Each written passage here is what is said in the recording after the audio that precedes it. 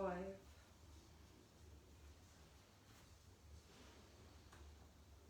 Daar sê julle goeiedag en welkom. Ons dis Dinsdag. Ek het gister vir julle gesê Dinsdag beteken ons kuier saam met pastoor Adrie Martens van His Vision Kerk. So ons verwelkom vir pastoor Adrie. Ons is live op His Vision se eie blad op in en om Swartland en in en om Moederstad vandag. Welkom pastoor. Baie dankie Marilee, dit is my hoogtepunt om hier by julle te kom en elke keer vir julle die lewende waters te kan kom vertel wat uit die Here se hart en uit sy woord uit is. En vir ons as kinders van die Here is dit 'n baie spesiale week vandag. Dit is. So ek wil met julle praat oor iets baie na in my hart en dit is die liefde van 'n pa vir 'n verlore wêreld. Ons ken daai bekende vers van Johannes 3 vers 16 en almal kan dit al uit ons kop uit sê. Maar verstaan ons werklik die impak van daai vers? Want so lief het God die wêreld gehad dat hy sy enige gebore seun gegee het, sodat elkeen, daar staan nie sodat een, daar staan elkeen wat in hom glo nie verlore mag gaan nie, maar die ewige lewe kan hê. Maar God se liefde strek selfs baie wyer as dit. En ek vra altyd, hoe is dit moontlik? Want Romeine 8 vers 7 tot 11 verduidelik vir ons, hy het vir ons gesterf nog toe ons sondaars was. Ek meen, 'n mens sal graag vir iemand doodgaan en voel, ag, ek het gesterf vir 'n ou. Ek het nog iets vir jou gedoen. Ja, iemand wat die moeite werd is, iemand wat 'n eerbare lewe geleef het. Maar hy het vir ons gesterf, al was ons in 'n sondige toestand. So God het doelbewus gekies om sy hart Jesus, sy enigste seun vir ons te gee om ons te red. Nou waarvan red hy ons dan? En daar's 'n paar goed, en julle ken dit, julle wat groot geword het in huise waar die Here verkondig is, weet dat die Bybel praat van hy red ons van sonde, maar iets dieper as dit, hy red ons ook as gevolg van die gevolge van ons sonde. En in Psalm 139 sê hy daar, beskerm hy ons van ons verlede, so dit wat ons al gedoen het. En weet jy wat, Marilee, hy is nou hier by ons. So hy is hier by ons in hierdie ateljee, daar waar julle is, daar waar julle kyk, is hy met ons, so heiliglik is hy met ons, en hy gaan vooruit in ons toekoms, hy weet al niks verras die Here Jesus nie. Maar wat gebeur, dit is sonde, het die vyand in ons siele kom sit, om ons vas te hou aan die dinge wat ons weghou van die Here, of wat ons 'n skeiding maak, of ons geestelik wil doodmaak. Ons is almal skuldig, en ons almal was op pad na die ewige dood. Maar met Jesus het ons 'n kans. Hy het ons die kans gegee om vry te wees, en dit wat ons weghou van God af.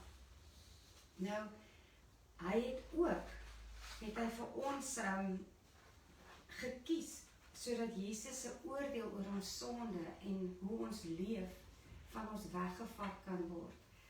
En dis een van die groot redes hoekom Jesus gesterf het, is dat daai oorsaak van sy oordeel, het hy met sy kosbare lewe, toe daai bloed gevloei het, toe hy sy lewe gegee, dat ek en jy kan lewe. En iets wat ek wil hê julle vandag moet verstaan, is dat Jesus se sterfte was eintlik ons opstandingsdag. Dit het ons kans gegee in die lewe. Die woord sê dat God het sy seun gestuur, deur ons te seën, deur ons van ons sondes te vergewe. Nou, die wêreld het vir ons 'n bietjie wys gemaak, Marilee. Hulle het ons vertel om 'n nuwe huis te hê, of die grootste huis, of 'n lekker nuwe sportkar, of al hierdie spog dinge wat die wêreld vir ons gee en vir ons gee, is vir ons die dinge wat ons seën. Maar duidelik sê die skrif hierso, dat 'n seën is die dinge wat ons nader aan die Here bring, anders was ons verdoem. En dit is die werklike seën.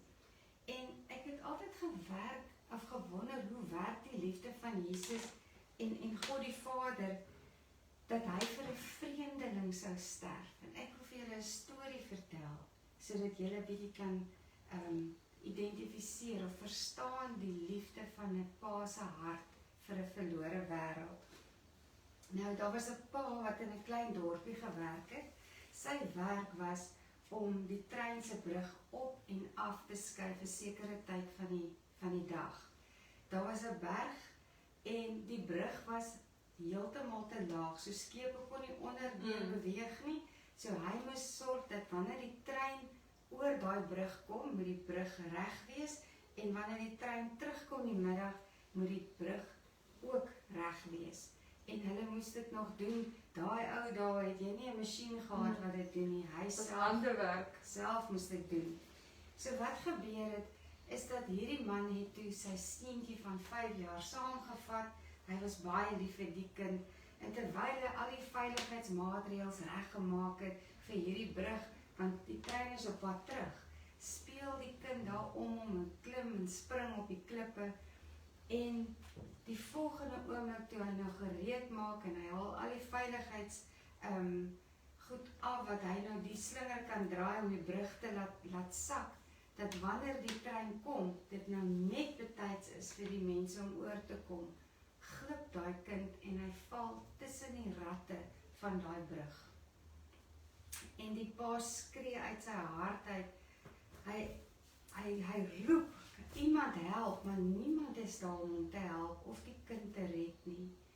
Maar wat gebeur is, in 'n oomblik moes die pa 'n keuse maak.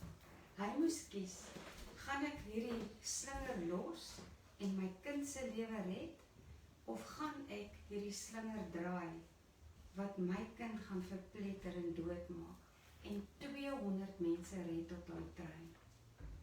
En omdat hierdie pa se hart geweet het, dis sy verantwoordelikheid, dis sy werk, het hy daai slinger gedraai en sy hart was in vlarde. En die trein het oorgegaan en hy het die mense dopgehou in die trein en hy het gesien, hulle lag, hulle gesels, die van hulle lees koerant, hulle gaan oor daai treinbrug, maar hulle weet nie van die prys wat betaal is nie.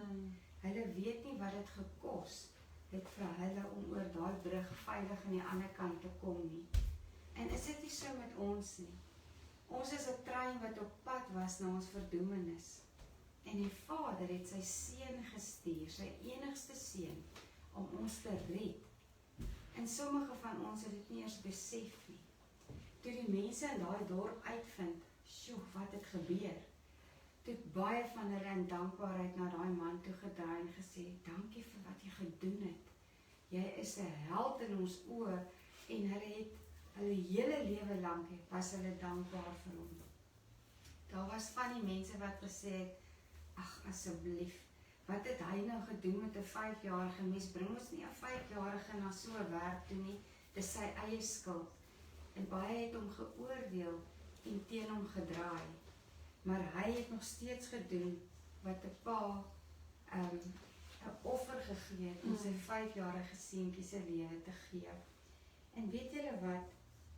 In hierdie gebrokenheid van sy verlies, kon hy 200 mense en 'n hele dorp beïnvloed en leef vir hierdie dorp.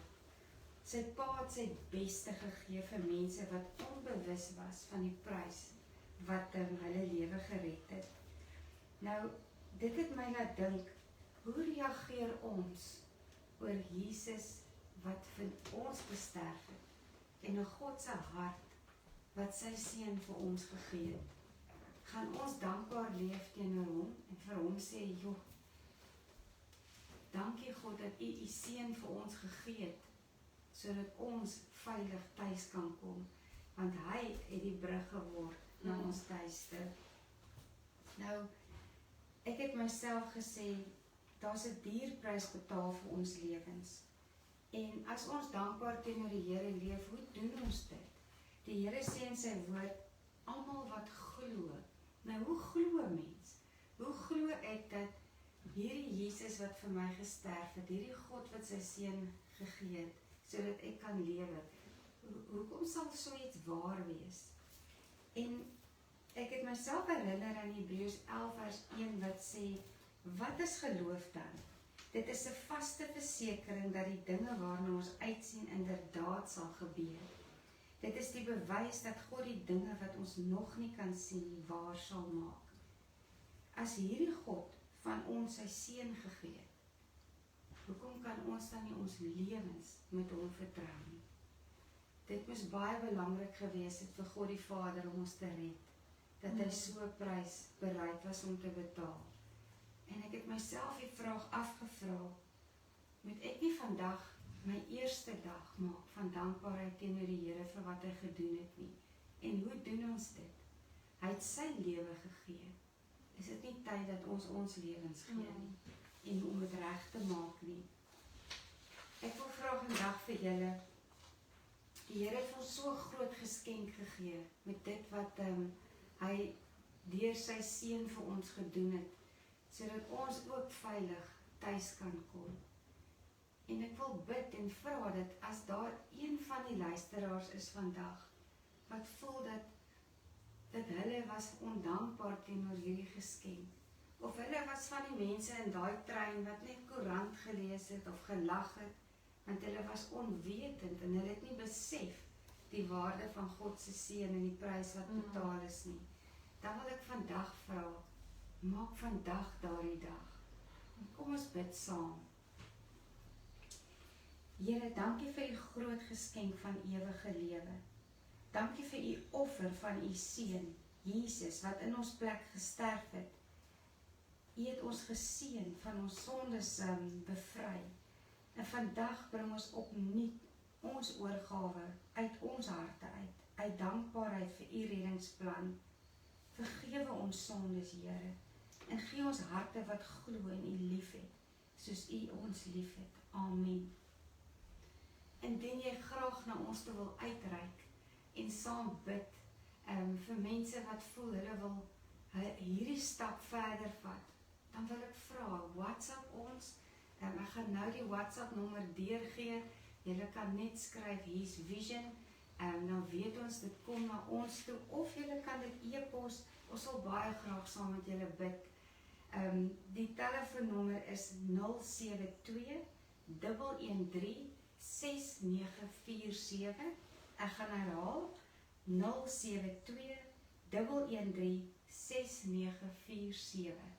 Of julle kan ons e-pos by westcoast@hesvision.co.za.